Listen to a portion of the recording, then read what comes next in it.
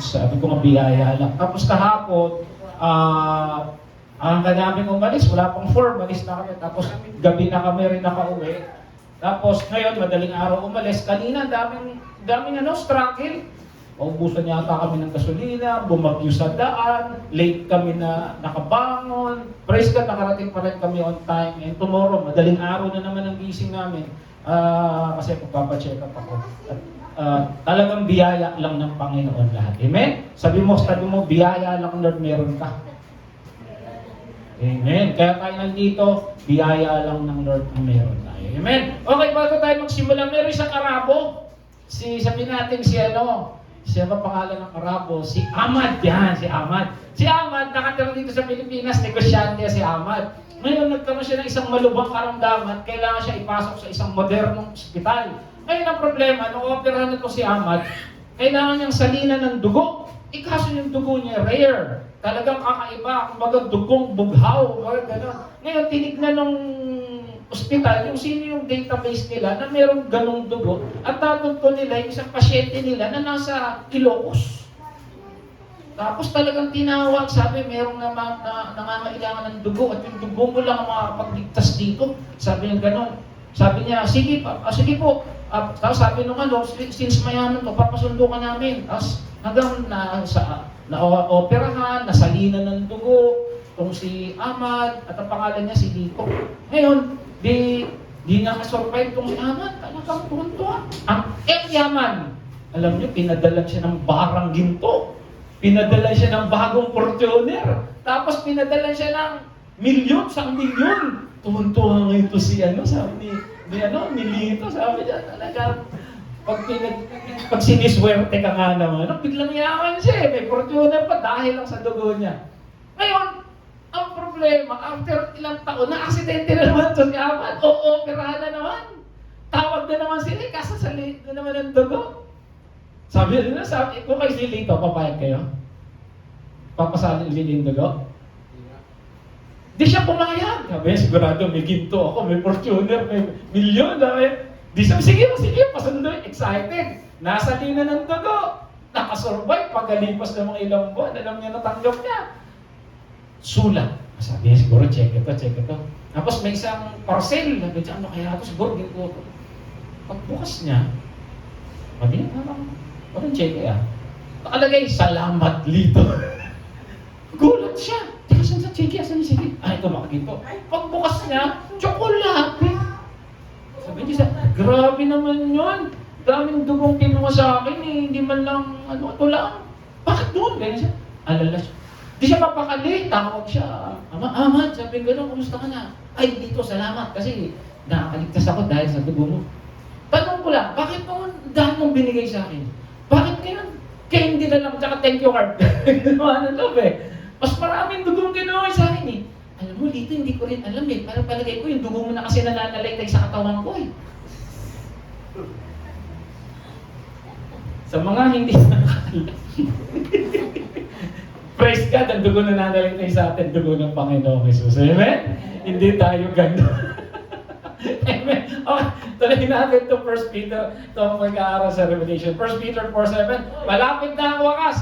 Nung nakaraan, nung tumayo dito sa Pastor Joby, naalala ko yung nakaraang mga lingkod. Ang dami mga pangyayari, di ba? May mga lindol, tama ba? Pastor Joby, grabe, mapinalala mo, merong basketball player na kasing height ko, na yun nga lang may nangyari. Amen, di ba? Tapos this week, grabe na naman, yung mga barilan ng mga bata, di ba? Talaga nakakalungkot. Tapos may nagsaksakan pa, buti dito may saksakan ng gwapo lang. Di ba?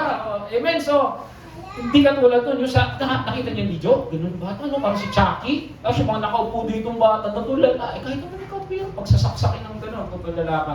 Amen. Ginalagyan ko na doon ng light, but it's very, very serious na pangyayari, no? Kaya nakakalungkot yung nangyari this week, at yung mga nangyari pa sa politika, nakakalungkot.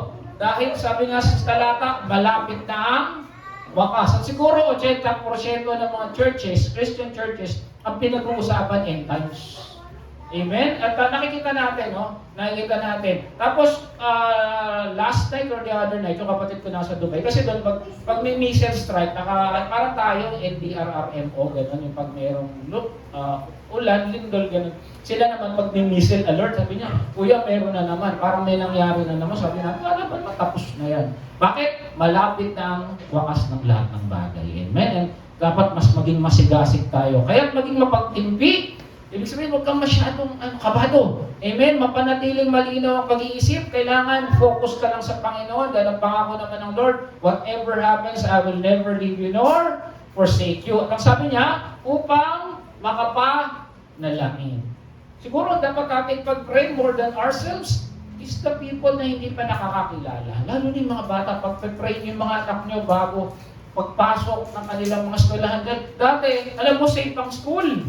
Ngayon, parang hindi na, Naalala ko noon kami, may rumble lang, suntukan bata, pag babae, sabunutan. Amen? Ngayon, matindi na, barilan na talaga. Amen? And I pray, personally, pinag-pray ko itong mga batang ito, tayong lahat sa mga nangyayari sa paligid. Amen? So, end times, part 6, tapusin natin yung dalawang church muna ulit. Nakaraan, ito yung tatlong church na pinag-usapan natin. Ephesus, Smyrna. Yung Ephesus, ito yung church na walang pagmamahal. Bakit pinapakita to sa atin? Itong 7 churches na to ay simbolo ng mga churches ngayon. At kung nandito tayo, may paalala ang Panginoon. So isang church na to, talagang they do hard work, nagpapakahirap sila, ayaw nila ng mga, kumbaga sa doktrina, tama sila, they rebuke rejecting teachers. Kaya lang problema, nawala ang kanilang first love.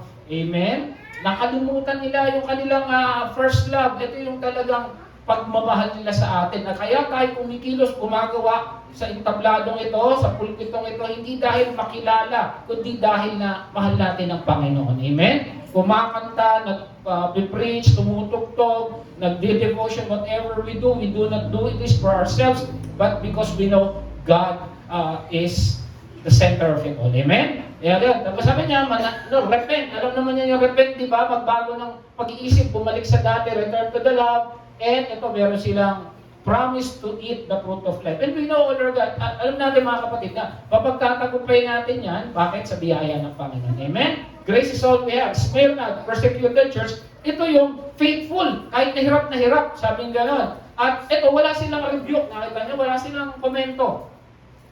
Ang command lang sa kanila, manatili. Kasi talaga, pinapatay sila ron. Amen? At sabi nga rito, we'll see the crown of life. Diba? May mga crowns na ibibigay and wala silang second death. Amen? Tinuturo natin sa kapila, mayroong 3 klase ng kamatayan. Physical, tapos yung second death and yung ating spiritual death. Amen? Kasi second death, ito yung eternal death. Pergamum, ito yung compromising church. Sabi dito, holding on to Christ's name despite living where evil was stronghold. Kasi parang ito yung sentro ng mga pagano. Amen? They rebuke false teaching. Kaya lang ito ang problema sa kanila. Minsan, tinotolerate nila. Kumbaga, wala na kaming magawa, nakikisama na lang kami. Pero sabi ng Panginoon, repent. Bumalik sa dating katuruan, baguhin yung tamang isip sa tamang. And then, ito yung Ephesus, correct doctrine, pero walang first love, walang love, suffering but faithful, faithful but compromising. Amen? Today, let's talk about the Church of Thyatira. Amen? Okay, so wala nang Thyatira ngayon, ruins na sila. Nandiyan ako nung isang araw, hindi ko lang maalala kung kailan kasi nagising na ako. Amen? Okay, so ito yung Thyatira. It was not a major political religious center. Sabi lang, maliit lang daw yan. Amen? Commerce and manufacturing, yun yung sentro yan. Kumbaga, para ito sa atin, maliit na syudad at may mga planta. Siguro, ganon. Membership in this, kasi ang problema lang dyan, para ka makapagnegosyo, kailangan, parang may kooperatiba sila na kailangan ka-anib ganon. Ang problema, once naka-anib ganon, nagpapartake na sila doon sa mga ginagawa ng mga may Diyos-Diyosan. Amen? Yun ang problema nila. Sabi dito, the greatest challenge for Christians was not persecution, hindi sila persecute, tandaan, by government, but pressure to compromise. Bakit? Kasi nga, ginagawa yung kanilang meeting dun mismo sa templo. At siyempre, pag nasa templo ka, nakakakain sila ng mga pagkain na sinaalay sa Diyos-Diyosan, yun ang parang ginagawa. Pag hindi naman nila ginawa yan, wala silang customer. Tapos ano yan, hindi sila makapagbenta, magsasara yung business nila, itatakwil sila ng syudad. Right? This helps explain why Jesus emphasized compromise with idolatry and immorality. Hindi ko alam na sabagay nung paman, ang idolatry at immorality nasa buhay na ng tao. Amen? Lalo na yung immoralidad niya. Ewan ko kung totoo, no? Malapit na raw ipasa, sorry sa mga nakakapanood ko, yung same-sex marriage dito sa Pilipinas. I don't know how true was that. Sa Amerika, alam ko na. Pero dito, nakakalungkot, di ba? So let's pray. At isa na dito, I'm not against them.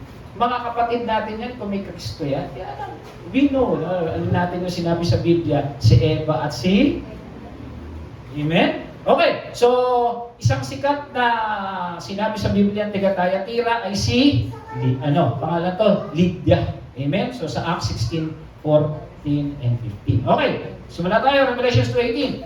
Sabi dito ng Panginoon, isulat mo sa anghel ng iglesia ng Thyatira. At we know, anghel, angelos, messenger, yung pastor. Ito yung dating sa pastor nila. Itong sinasabi ng anak ng Diyos na may matang parang apoy na nagliliyab. Ibig sabihin yung mata niya, nakikita niya, siya yung Diyos na humuhusga. At ang kanyang mga paa ay kumikinang na parang tansok, pinakintab. Ibig sabihin, nandun yung kanyang purity kasi pinakinang. Ibig sabihin na, di ba, pag pinapakinang ang kasing isang metal, dumadaan niya sa mainit na pugon para lumabas yung kanyang texture. Tapos yung dumi niyan, sino dito yung nagpakulo ng isang karne na matigas. Di ba matagal pag pinapakul, tumataas yung niyan, yung parang taba, yung dumi, tapos tinatanggal yun. Parang ganun din kasi, pag nagpapakulo ka ng isang metal, tumataas sa ibabaw yung dumi. Yun ang tinatanggal nila. At pag sa sobrang init noon, lumalabas lahat ng dumi, pagtatanggal mo noon, pure na yan.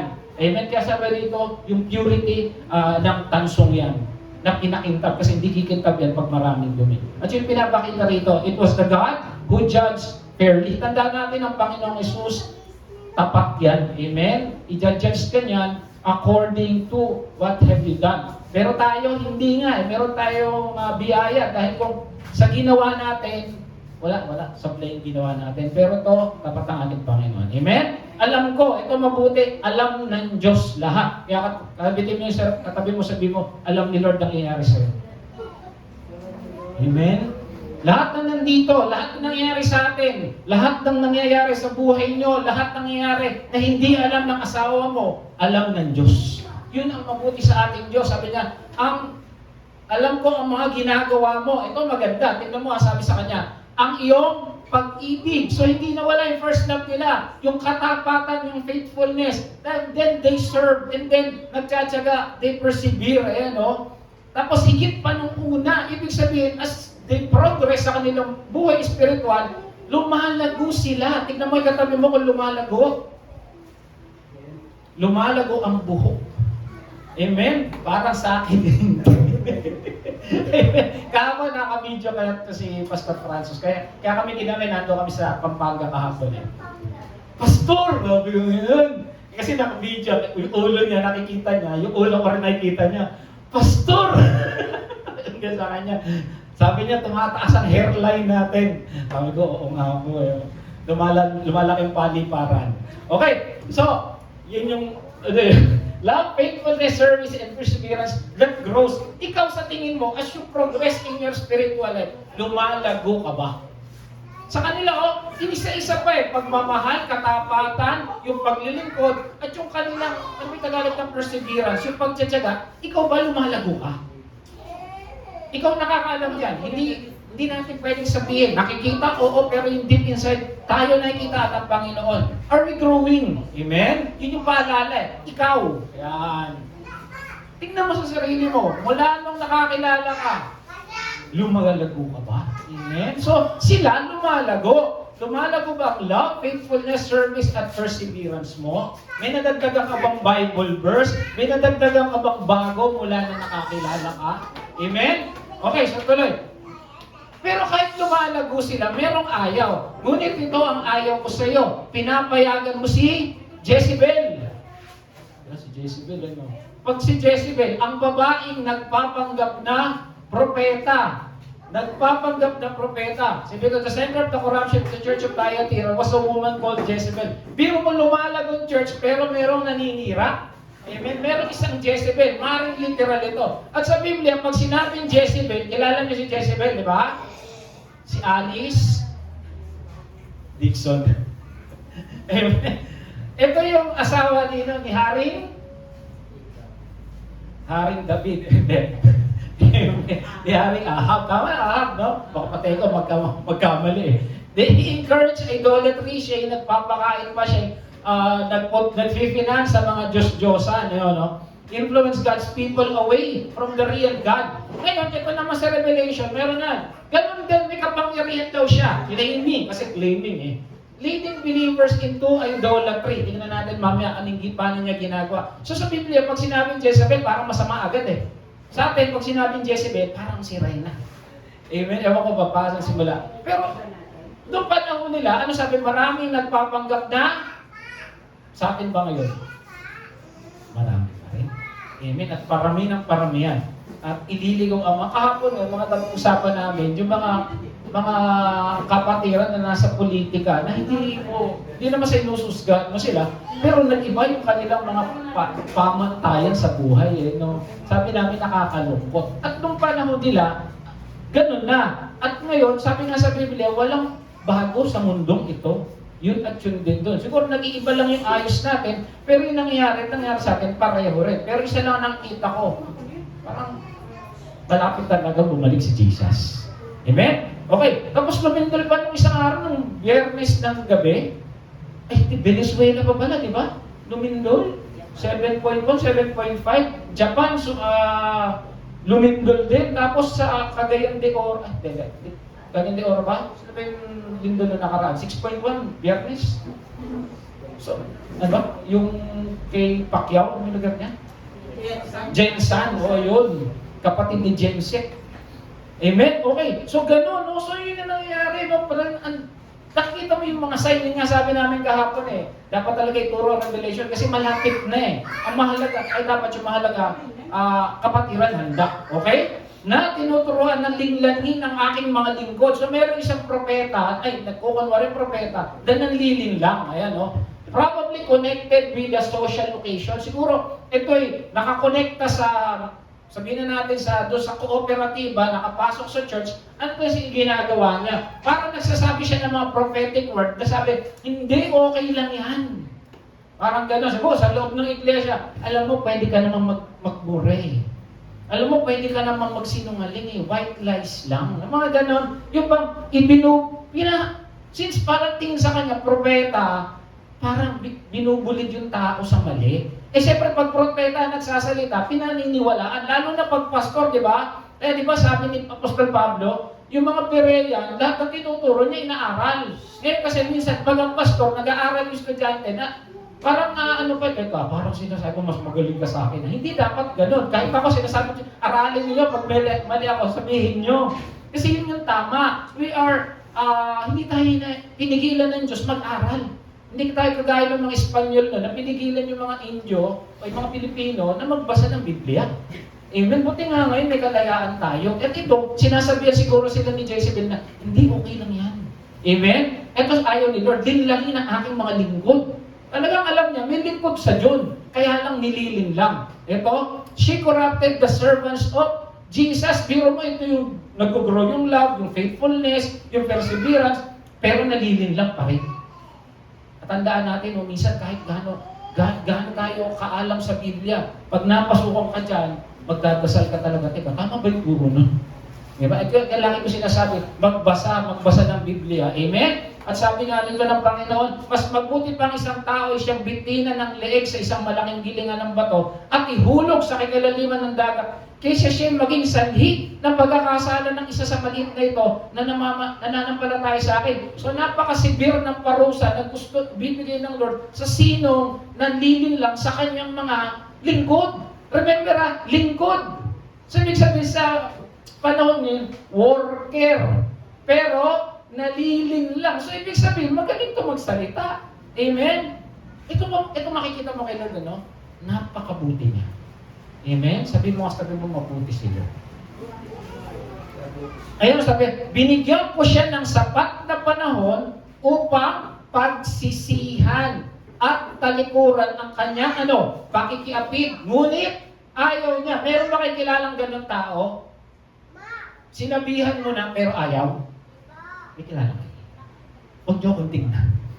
Amen. Yung alam niya na, pinagsasabi, ay, Brad, sis, parang yata yan na. O kaya, ganito na lang. Brad, church ka muna. Unahin mo yan. Okay, mag-pray ka. Pero ayaw. Nung panahon nila, meron eh. Sa panahon natin, meron ba? Meron pa rin. Amen? God wants everybody to be saved. Pero ayaw. But again, we cannot judge them. Noong isang araw nga nag-aaral kami, Pastor, si Hitler kaya ligtas? Sabi ko, sa totoo lang, hindi ko alam. Hindi ko alam. Sabi ko, wala ako sa posisyon ng Diyos para sagutin yung mga ganyan tanong. Sama-samahan niya eh. Sabi niya, tapos may nagtanong pa, paano kung yung ginawa na ko na hindi maganda, talagang karumal-dumal? Makapatay ko siya. Ligtas pa rin kaya ako. Sabi ko, hindi ko alam sagutin yung mga tanong niyo. Pag-pray niyo, tsaka huwag niyong gagawin yan. Amen? Okay. Alam niyo, maganda yung mga ganang tanong. Bakit? Nag-iisip sila doon sa nakasulat. Sabi ko, pag-pray ninyo yan. Kasi ang napakahaba ng biyaya ng Lord. Pero hindi ibig sabihin na tinutulak kayo ng biyaya para gumawa ng masama. Kasi ang totoong mananampalataya at nakaramdam ng biyaya, ayaw magkasala. Amen? Ang lagi ko nga binibigyan ng example, yung baboy at yung tupa. Yang katabi mo kaya, baboy o tupa? Huwag niya rin akong tignan. Amen? Okay, sabi, repent, metanoia, tumalikod sa kanyang ginagawa. Alam niyo, gusto lang naman ng Lord eh. Hindi lang yung basta, sorry Lord, hindi na po ulit. Ang gusto ng Lord, talikuran mo. Hindi lang yung, sising ko, ayoko na po, hindi ko na po ulitin. Naghihipasay pa dyan, ayoko na, payak-iyak pa, pero bukas, ano na naman? Nagsisinungaling na naman, nagmumura na naman, nagbababae na naman, whatever na ginagawa niya na. Kasi ang gusto ng Lord, hindi yung, you feel sorry for yourself, but you repent. Yun ang tanong ang sabi, si Judas daw, maaari hindi ligtas kasi hindi siya parang to, yung, he feels sorry for himself na nagpakamatay siya, pero hindi niya pinagsisihan kasi hindi siya tumalikod. Amen? Okay, so sabi dito tuloy, anong ginawa ni Jesus? Pansinin niyo, gusto ni Lord magbago to. Ano ginawa? Kaya binigyan ko siya ng isang malubhang sakit. Pati ang mga kasama niyang nangangalo niya. So ibig sabihin, pati yung mga naakay niya tuloy, binigyan ng sakit. Now we don't know kung ito'y sakit na literal. Sabi ito, what was the sickness? Maybe affliction or literal sickness. Pero ito maganda. Ang dahilan ng pagsubok na yon, ng sakit na yon, chastisement. Alam niyo chastisement? Ang chastisement is a scolding, reprimanding, punishing someone. Ang intent niya, to correct. Parang bata, pinalo mo halimbawa yung anak mo kasi nagsinungaling, pinalo mo sa tayo, pa! Bakit mo pinapalo yan? Gusto mo palaki yung pisngi? Hindi. Pinapalo mo yan, hindi para parusahan. Bakit pinapalo ang bata? Para wag na niyang ulitin. Yun yung intent daw ng Panginoon na, okay, binigyan ko kayo ng sakit para maisip mo, hello Brad, mali yung ginagawa mo. Bakit kaya ganito yung buhay ko? Puro ko problema. Baka maisip mo, teka, baka meron akong ginagawang mali. Amen? O baka talagang ginigising ka ng Diyos. At oras na pagsisihan mo, makikita mo, babalik sa iyo yung mga nawala sa iyo. Amen? So yun yung chastisement. Ayan. Kaya, upang malaman ng mga iglesia na sinisiyasat kung puso't isipan ng tao at gagantihan. Gagantihan ba na pinapagalitan? Pinaparusahan? No. Ang gusto ng Lord, bumalik ka sa Kanya 100%. Amen? Tandaan na, yung iglesia ito noon, tayo ito ngayon. At minsan, yung pagsubok na dinaranas ka, bakit gusto ng Lord? Maalala mo, teka kapatid, anak, meron kang maling ginagawa. Ganun tayo kamahal ng Diyos. Amen? Sinisiyasat kong puso at isip. Remember, kahit nandito ka sa church, ang galing-galing mo, pero pag ang puso mo, hindi 100% wala sa Diyos, alam ng Diyos yan. Amen? Tignan mo yung katabi, 100% pa yan? O ilang percent yan? Amen? Okay, so, Bakit hindi parusahan? Tingin nyo, bakit kailangan parusahan? Bakit? Kasi para wag. Naalala ko nung bata ako. Kasi naalala ko bigla eh. Nakipagsuntukan din ako. Ay, nakipagsuntukan kayo, mga lalaki. Nakipagsuntukan. Nakipagsuntukan ako, nanapak ako, grade 3 ako. Ngayon, siya umiyak, ako hindi. Nung bata ako, pag may mga nakakasuntukan ganyan, pag umiyak yung isa, ikaw hindi, ikaw yung panalo. Di tinawag kaming dalawa.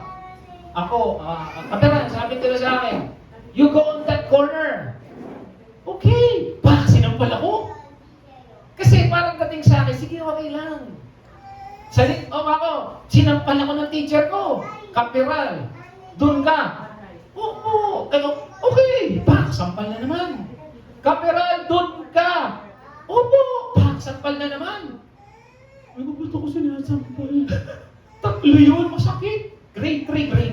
Ano ba grade 3? May grade 3 ba na sa inyo? Grade 3, sinampal talaga ako. Yung isa, umiyak pa rin. Kapiral, doon ka. Hindi na ako sinampal. Parang inaan niya sa akin kasi parang nakikita sa akin, ang yabang-yabang mo, sasagot-sagot ka pa. Minsan din lang pinapakita ng teacher ko sa akin nun, huwag yung pamarisan to, mayabang to, bully to. Tahimik ako. Nagtanda ako nun, pero 3 sampal na masakit. Ano yun? Gusto lang ba akong parusahan? Hindi. Natuto ako. Amen. Yung anak na tayo, ako, nung bata ako, napapagalitan ako ng tatay ko. Talagang, alam nyo, pag black belt na ang usapan. Alam niyo yung black belt? Si Pastor Joby, may black belt dyan. Ito, may black belt din yan. Leather pa, di ba? Pag nakita na ng anak yung black belt, tapa! Usap pa ba ngayon? Hindi na yata, nanay na yata na pili. Ha?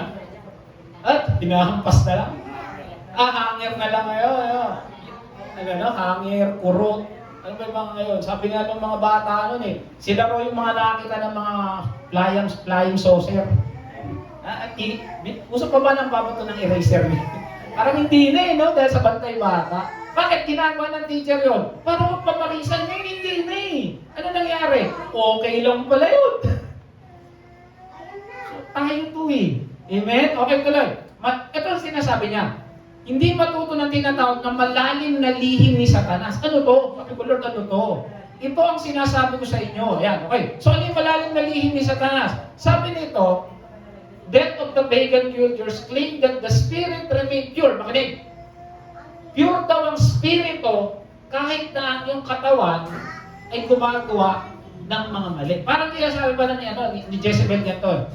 Alam nyo, okay lang yan eh. Kahit gumawa kayo ng kasamaan, doon kayo, makipag-idolatry kayo ron, makipag-immoral kayo ron, alam niyo yung spirito nyo naman, okay lang yan eh.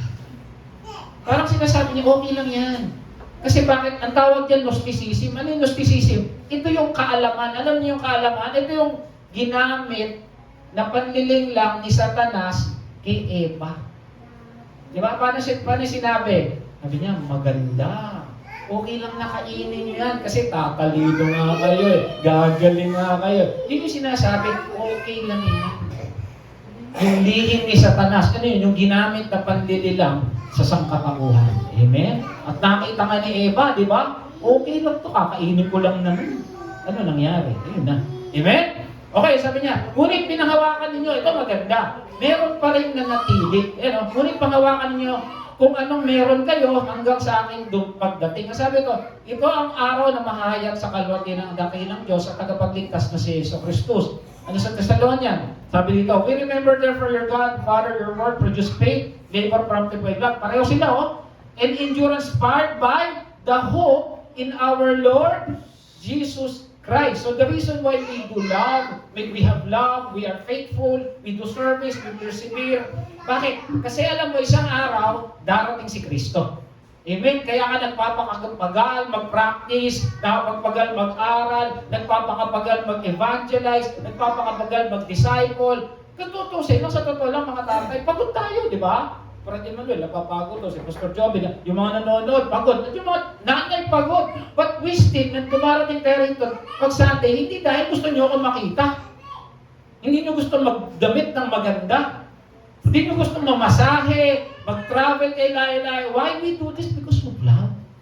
Hindi dahil, mga ganun naman, Sunday. Nagiging, ano tawag ka, nagiging robot ka na. Ganon sila. Magiging mga Thessalonian, pinag-aralan natin last week. At yun yung sabi ng Panginoong Yesus. Sa magtatagumpay at tutupad ng pinapagawa ko hanggang wakas, ibibigay sa kanyang pagmamahala sa mga bansa. Anong sabi dito? Stay faithful to me. If you remain faithful until the end, you will share in my victory and my kingdom. Ano sabi dito? Kung kayo magtitiis sa hirap sa mundong ito, mag-ahari din kayo na kapiling niya. Napag-usapan namin ito kahapon. Sabi niya, yung iba raw, ewan ko, hindi pa naman natin inaabot to sa millennial rule. Yung 1,000 years na mag-ahari si Jesus. Nakasama yung mga hinirang. Yung mga tayo yun. Sabi niya, yung isa hindi naniniwala na gagawin daw. Kasi yung sabi ng isa, naniniwala raw siya, maghahari kapiling niya. Siguro magiging governor ako ng ganito, dahil pastor ako, magiging ganyan. Yung isa naman, kasama lang doon sa 1,000 years rule. Sabi ko, hindi ko pa alam, hindi ko pa mag-aaralan yan eh. So whatever it is, the beauty is, kasama tayo doon. Pag sinabi ng Lord, dito ka, pagharian mo ko, halimbawa, ikaw maghari ng Bible study, magturo dito, mag-lead, okay, fine. Nagagamit ako sa 1,000 years rule. Blessing ng Lord yun, pagpapala yun. Kung hindi, okay lang din. Nandun ako. Ikaw, masaya ka ba? Nandun ka? Amen. Okay? Hindi ba ninyo alam na ang mga hinirang ng Diyos ang hahatol sa libutan. O ito pa, darating daw ang Panginoon, tayo hahatol. So may mga verses na nagsasabi, there will come a time na meron tayong papel sa dulo. Ikaw, excited ka ba na magamit ka in the end? Amen? Di ba? So kung gagamitin tayo,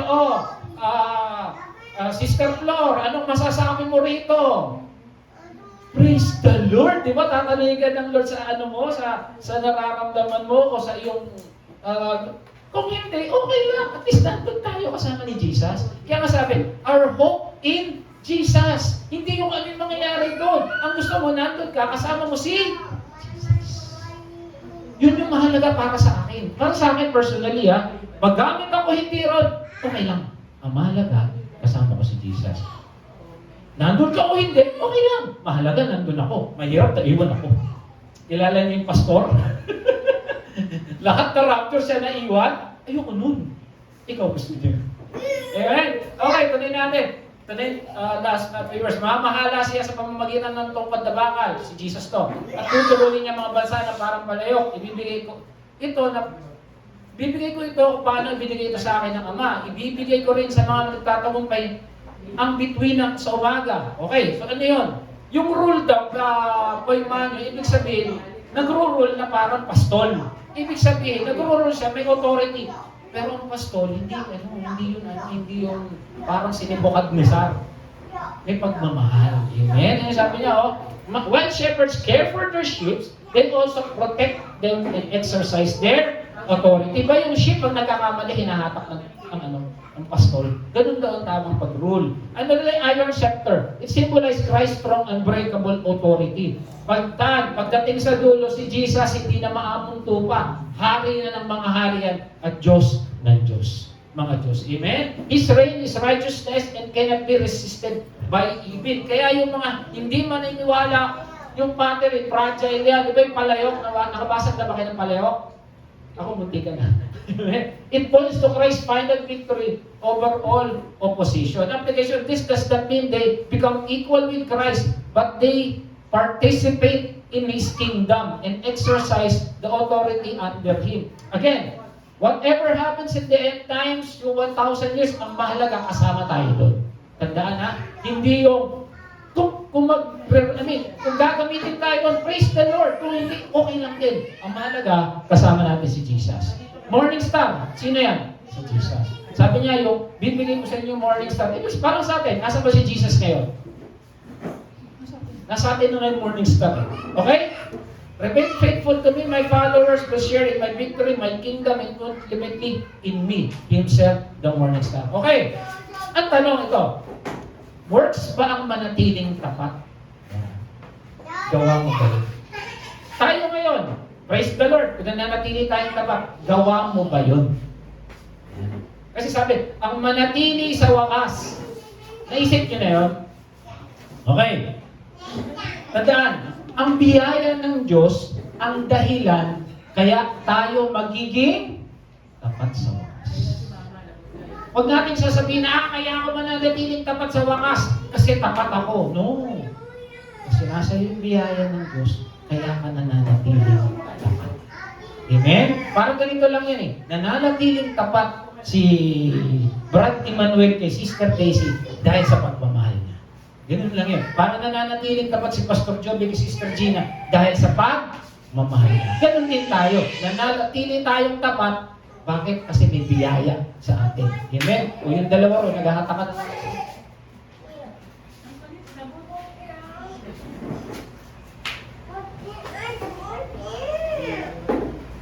Bitawan na yun. Bitawan na. Hayaan na siya.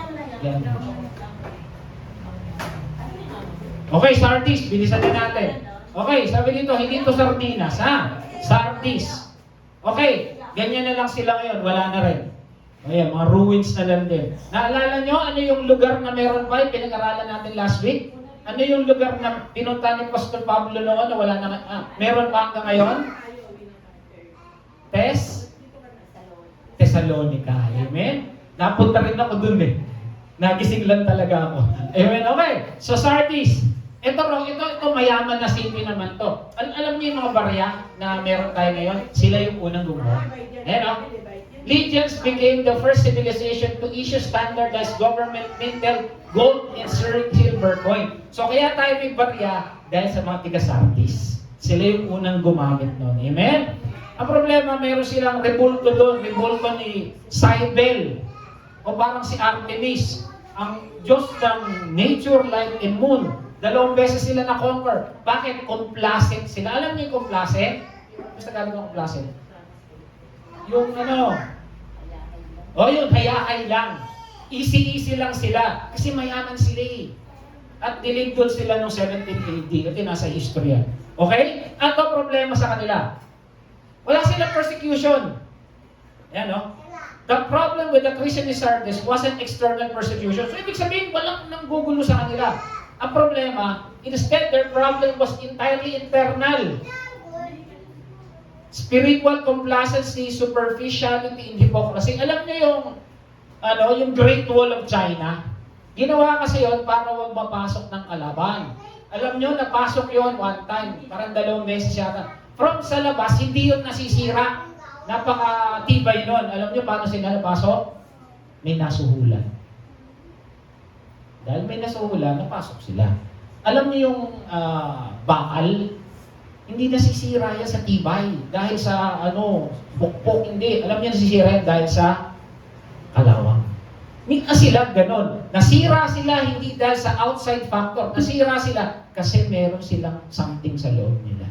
Amen? Kumbaga parang hindi ka kayang sirain ang problema. Ang problema lang, babaero ka. O kaya, ati ka sa loob. Mga ganun, merong nagsusugal ka. Amen? Meron silang sakit sa loob. Ayun daw yung complacency. Kampante. Tingnan mo yung kapila kampante. Pa-easy-easy na lang. Okay, Revelation 3:1. Okay, at pakilala niya, nagtataglay ng 7 spirito ng Diyos at 7 bituin. Pinag-aralan na natin ito. Ano yung 7 spirito ng Diyos? Dito lang, sa Isaiah 11:4. Ang spirito ni Yahweh, karunungan, pangunawa, mabuting payo, kadalasang kaalaman, kalakasan, kaalaman, pagsunod at paggalang kay Yahweh. Ito yung 7 spirits of God. Ito ang 7 bituin, sabi niya. At sino yung 7 spirito? Ang 7 bituin, ito yung 7 tawag dito, messengers. Ibig sabihin, hawak ni Jesus yung mga angels. Amen? Okay. So, bilisan na natin. Tungkol naman sa hiwaga ng 7 bituin, hawak ko sa aking kanang kamay. Pag sinabing kanang kamay, ibig sabihin ito, matapang, power. Ang 7 ilawang ginto at 7 bituin. Ano yon? Ang anghel ng 7 iglesia. Alam natin yung angelo, sinabi ko na ito kanina. Messengers. O ano yung sa literal mga pastor. So, ibig sabihin, yung mga pastor pala ng church, hawak ni Jesus. Kaya Pastor Joby, alam mo na may hawak sa'yo. Amen? Di ba? Hawak tayo ni Jesus. Amen? Hindi ibig sabihin, hindi mananampalataya, hindi hawak ka. Sabi nga ni Jesus, di ba? Hawak ko kayo sa aking mga kamay. At hawak pa rin kayo sa aking ng aking Ama na siyang kapangyarihan sa lahat. Tanong, paano kung ayoko sa kamay niyo? Kaya ba akong makaalis? Naman, kaya ba akong umalis ang pinakamakapangyarihan sa lahat? Amen? Okay. Tuloy. Sabi dito, don't get the impression the Sardis was the fun affair with the building erect. It was busy church. Ang Sardis daw, busy na church. Imagine nyo, malaking church. Nagmi-meeting sila, gabi-gabi, may committee, mayroong mga kung ano-anong party, may promotion, may publicity. Kumbaga sikat sila, nagso-social media. Something going all the time. Kumbaga, pag nakita mo yung church nila, wow, ang saya-saya. Laging may fellowship, laging mayroong out of town, lagi silang may pa-party, parang gano'n. It had a reputation of being alive. Masayang church. Pero ano sabi? Wide awake, going concern. Parang lagi silang may ginagawa. Napa-aktibo ba ng church? Kaya lang, ano sabi niya? Alam ko ang ginagawa mo. Again, alam ni Jesus yung gawa. Alam ng marami, ikaw ay buhay. Ngunit ang totoo, ikaw ay patay. Grabe, despite the reputation of love, Jesus saw them for what they really were. Tandaan, alam ng Diyos yung nasa puso ng isang tao. But you were dead shows that good reputation is not a guarantee of true spiritual character. Despite their good appearance, Jesus saw them as dead. Parang ang gwapa-gwapo mo, bulok ka naman. Parang ang sipag-sipag nyo, ang saya-saya nyo, pero wala kayong laman. Hungkag, sabi nga kanina ni sister, hayahay. Ibig sabihin, party-party, saya-saya namin, lagi kami may fellowship, lagi kami may outing, nagbo-bowling kami, lahat na lang ng kasiyahan ginagawa nila. Kaya pag ikaw yung member, join tayo dun. Amen? Kaya lang, may problema sila sa loob. Ayun wala raw struggle, walang persecution. Nangyari na ba sa buhay nito? Walang problema. Simple na lang natin. Sila ganun. Wala sa problema. Masaya siya. Being dead, the Church of Sardis presented no significant threat. Walang tukso, akalain nyo yun. Kasi walang problema. Tapos, pag sinabi ng pastor, sige, punta tayong Boracay. Boracay kami. Pag sinabi ng pastor, punta tayong Japan. Japan kami. Masaya lahat. Wala rin nangangailangan ng pera. Gusto nyo doon? Parang saya, no? They have everything. Pero sabi ni Lord, you are dead. Ikaw ay buhay, ngunit ikaw ay patay. They have everything, but they don't evangelize. They don't disciple. Complacent sila. Kumbaga, okay na ito. Huwag na tayo masyado mag-evangelize. Marami na tayo Pag may pumasok, go lang, join lang ng join. Yun ang nila Kompleto sa gawain. Ayan, may gawain naman di ba? Tama, may gawain, may ministry. Pero wala na yung love. Automatic na lang. Parang siguro tayo, nag-meeting. January, Boracay. February, isa tayo. Baguio, malamig. March, isa tayo. Pastor, fellowship ulit tayo para maraming magpunta. Sige, magkano bayad? Libre ng church. Kaya lang, wala na. Puro na lang kayo saya. Kaya nga sabi the Church of Sardis were at peace. But at the peace, sobrang peace, patay na sila. Naramdaman nyo na sa buhay nyo na parang wala kayong problema. Okay ang pera, walang may sakit. Yes, it's a blessing, hindi masama yun. Pero ikaw, parang paisi-isi ka na lang kasi hindi na sila tinitira ng kalaban Nakakatakot na rin pala yun. Amen? Alam niyo yung buhay na patay, tawag yan oxymoron. Alam niyo oxymoron? Ang oxymoron, pagputi ng uwak. Alikabok sa ilalim ng dagat. Poging pangit. Masayang malungkot. Yung kabaliktaran na yung paano nangyari yun? Buhay na patay. Yun ang sabi niya. Buhay sila patay kasi ritual na lahat Gusto nyo na ganun church, tapos wala kang problema. O sabihin ng pastor, sagot na ng church lahat. Pastor, sagot ko na. Libre ko silang lahat. Meron ba may sakit sa inyo? Wala. Wala natin pag-pray kasi masaya naman Ano sabi sa Lord? Patay kayo Kaya gumising ka. Again, gumising ka, ikaw na natutulog, bumangon ka sa libingan mo.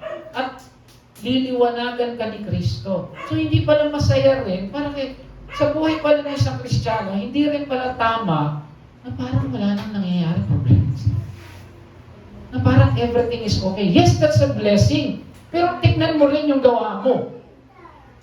Baka wala ka na talagang ginagawa. Baka deep inside, lahat na lang ng ginagawa mo is parang robot ka na. Amen? Okay, ang sabi dito, but because of overconfidence, made them stop being watchful.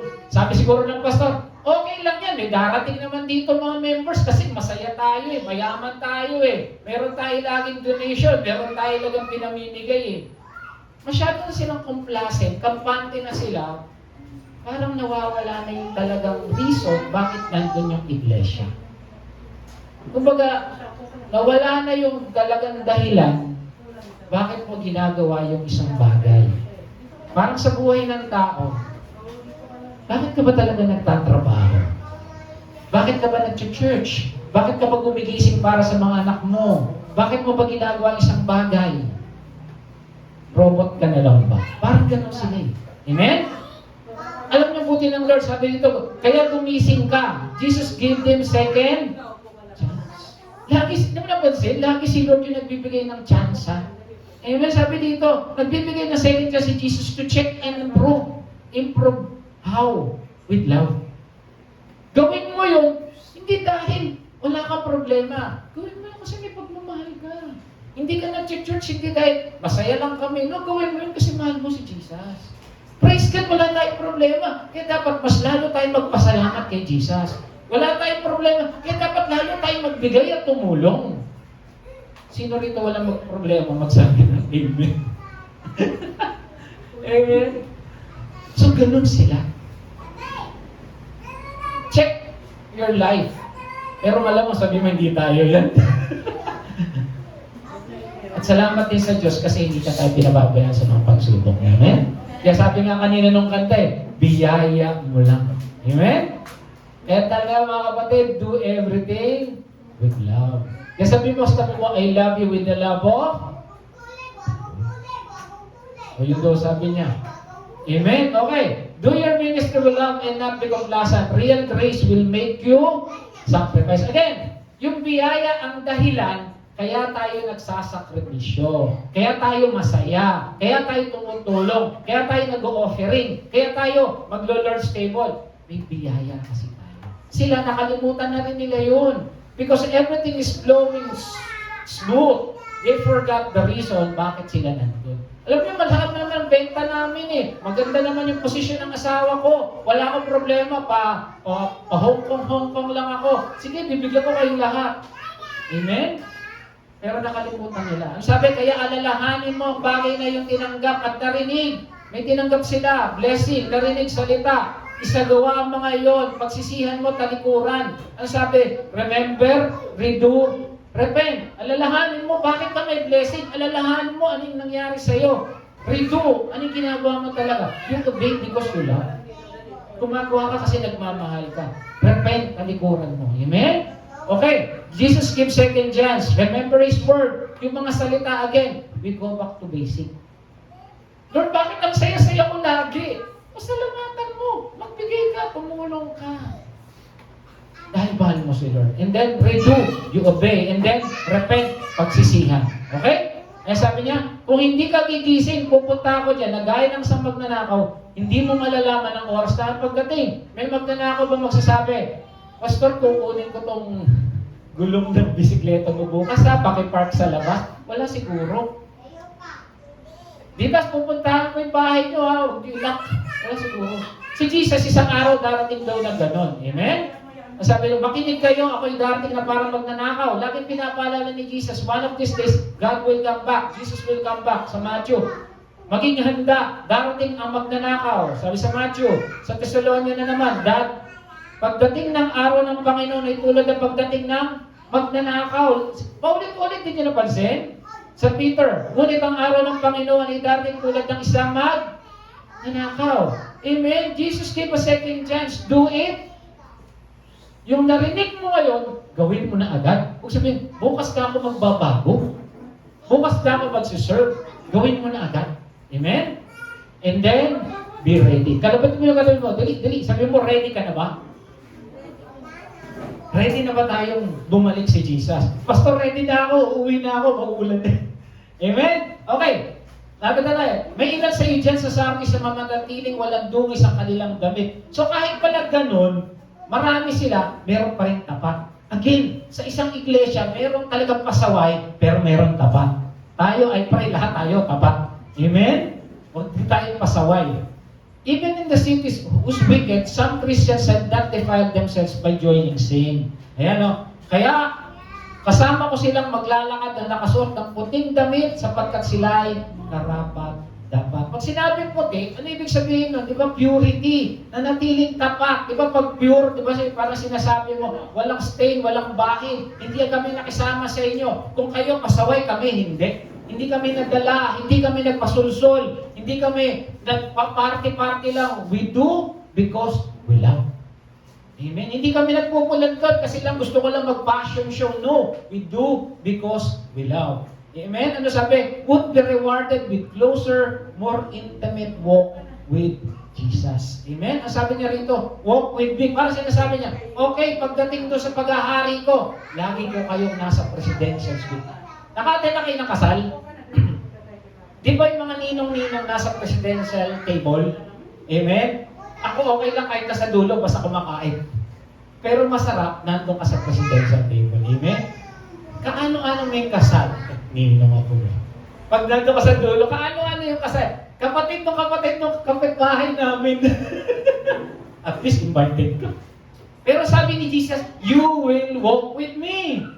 Pagdating sa langit, kilala ko tong si Joby, kilala ko itong si Emmanuel, tiga Santa Maria to, sila yung mga lingkod ko ron, kilala ko tong si Ditas, amen, kilala ko tong si Flor, ito yung nagpa-Bible study doon, kahit walang umatin, masaya siya, amen? Bakit? Mahal nila ako. Sino rito mahal si Jesus magsabi ng amen? Amen. Ang tinitignan ng Diyos, di ba nabansin? Sa dalawang church, tinitignan ng puso. Puso pa rin ang labanan. A pure and a greater intimacy with God. Then sinasabi niyo, pag ikaw nananatiling tapat, mas close ka. Ayun. But because they are simply more interested in the things of God. Meaning, hindi lang sila nag-church dahil gusto mag-church. Gusto nila ng church kasi gusto nilang matuto. Amen? Kaya ang magtagumpay, dalamin na ng puti, victory, purity. At hindi ko kailanman buburahin sa aklat ng buhay ang kanilang pangalan. Sabi na, di ba nabubura? Kapatid, hindi ka nabura, hindi ka talaga nasulat. Amen? Sabi rito, sa kanila kasi, ibig sabihin mo ito, the overcomers were assured of their heavenly citizenship. Amen? Biyahing langit, sabi nga natin. Kasi sa ancient times, death or criminal conviction could blot out the name of the ancient citizen from the city's book of living. Kasi meron ka, sa mga panahon nun, may dalawang libro, patay at buhay. Kahit sa mga Egyptian, kasi Moses sanay sa libro eh. Parang ito, wala na ito sa buhay na listahan, nilalagay na sa patay. Parang pag namatay ka, kinukuha na sa'yo, death certificate. Sa kanila naman sa libro. Sabi ni Jesus, pag ikaw na natili sa akin, nandun ka sa book of life. Amen? Sabi rito, sa Lamb's Book of Life. Kung mahirap, pag wala ka sa Book of Life, tapon ka sa ikalawang kamatayan. Amen? Yan kikilalanin ko siya sa harap ng aking Ama at ang mga anghel. Kung bakit sabi ko nga kanina sasabihin ni Jesus kilala ko itong si Daisy, ito yung kumakanta doon. Kilala ko ito si James, ito yung nagda-drums. Diba?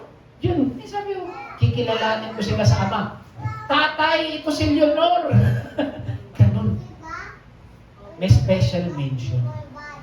Di ba pag sa isang event, kahit si barangay captain yan, kilala ko itong si Titas. Alam niyo, si Titas yun talagang, natin doon sa lugar na yun. Di ba parang sarap? Kahit na nasa likod ka lang, pag dapat na-mention yung pangalan. Di ba? Ganun daw ang gagawin. Sino rito gustong ma-mention ang pangalan? Again, when we confess Jesus our Lord, He knows us. Sarap, no? Then we confess Jesus as our Lord, kilala niya tayo. Amen? Ang lahat ng pandinig, makinig, sinasabi ng Espiritu ng Iglesia.